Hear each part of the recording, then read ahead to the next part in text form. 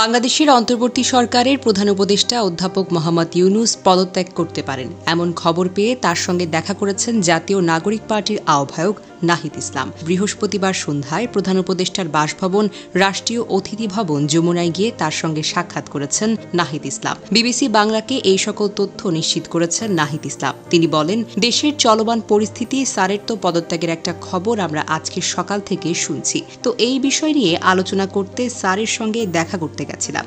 প্রধান উপদেষ্টা দেশের চলমান পরিস্থিতিতে কাজ করতে পারবেন না এমন শঙ্কা প্রকাশ করেছেন বলে জানিয়েছেন নাহিদ ইসলাম। তিনি বিবিসি বাংলাকে বলেন, স্যার বলছেন, আমি যদি কাজ করতে না পারি, যে জায়গা থেকে তোমরা আমাকে এনেছ একটা গণ অভ্যুত্থানের পর দেশের পরিবর্তন, সংস্কার, কিন্তু যেই পরিস্থিতি, যেভাবে আন্দোলন, যেভাবে আমাকে জিম্মি করা হচ্ছে, আমি তো আর কাজ করতে পারবো না। তো রাজনৈতিক দলগুলো তোমরা সবাই একটা জায়গায়, কমন জায়গায় না পৌঁছাতে পারো। প্রধান উপদেষ্টাকে পদত্যাগের মতো সিদ্ধান্ত না নিতে আহ্বান জানিয়েছেন জুলাইয়ের গণ অভ্যুত্থানের পর নতুন গঠিত দল এনসিপির নেতা নাহিদ ইসলাম। নাহিদ ইসলাম প্রধান উপদেষ্টাকে বলেছেন, আমাদের গণ অভ্যুত্থানের আকাঙ্ক্ষা এবং জাতীয় নিরাপত্তা ও দেশের ভবিষ্যৎ সবকিছু মিলিয়ে উনি যাতে শক্ত থাকেন এবং সবগুলো দলকে নিয়ে যাতে ঐক্যের জায়গায় থাকেন, সবাই তার সাথে আশা করি কোঅপারেট করবেন।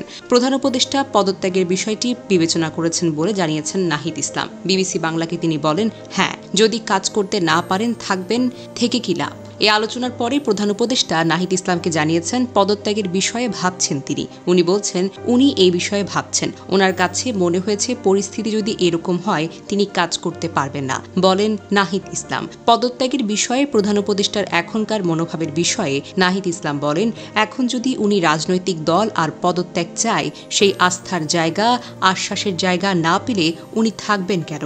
প্রসঙ্গত, আজই অন্তর্বর্তী সরকারের দুজন উপদেষ্টা এবং জাতীয় নিরাপত্তা উপদেষ্টার পদত্যাগ বা অব্যাহতি চেয়েছে বিএনপি। ঢাকা দক্ষিণ সিটি কর্পোরেশনের মেয়র হিসেবে বিএনপি নেতা ইশরাক হোসেনকে শপথ পড়ানোর চলমান আন্দোলন থেকে আজ দুই উপদেষ্টা মাহফুজ আলম ও আসিফ মাহমুদ সজীব ভুঁইয়ার পদত্যাগ দাবি করা হয়েছে।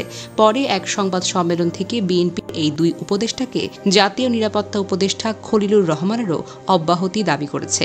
এদিকে বিএনপির এই দাবির পাল্টা প্রতিক্রিয়ায় অন্তর্বর্তী সরকারের তিনজন উপদেষ্টাকে বিএনপির মুখপাত্র হিসেবে আখ্যায়িত করে পদত্যাগে বাধ্য করার হুঁশিয়ারি দিয়েছেন এনসিপির শীর্ষস্থানীয় একজন নেতা। তবে তা সংস্কার সুপারিশ বাস্তবায়ন না হলে। এই তিনজন হলেন আইন উপদেষ্টা অধ্যাপক আসিফ নজরুল, অর্থ উপদেষ্টা সালেহ উদ্দিন আহমেদ, পরিকল্পনা উপদেষ্টা ওয়াহিদ উদ্দিন মাহমুদ। এরই মধ্যে বৃহস্পতিবার তথ্য উপদেষ্টা মাহফুজ আলম এক ফেসবুক পোস্টে আগের যে কোনো বিভাজনমূলক বক্তব্য ও শব্দচয়নের কারণে দুঃখ প্রকাশ করেছেন।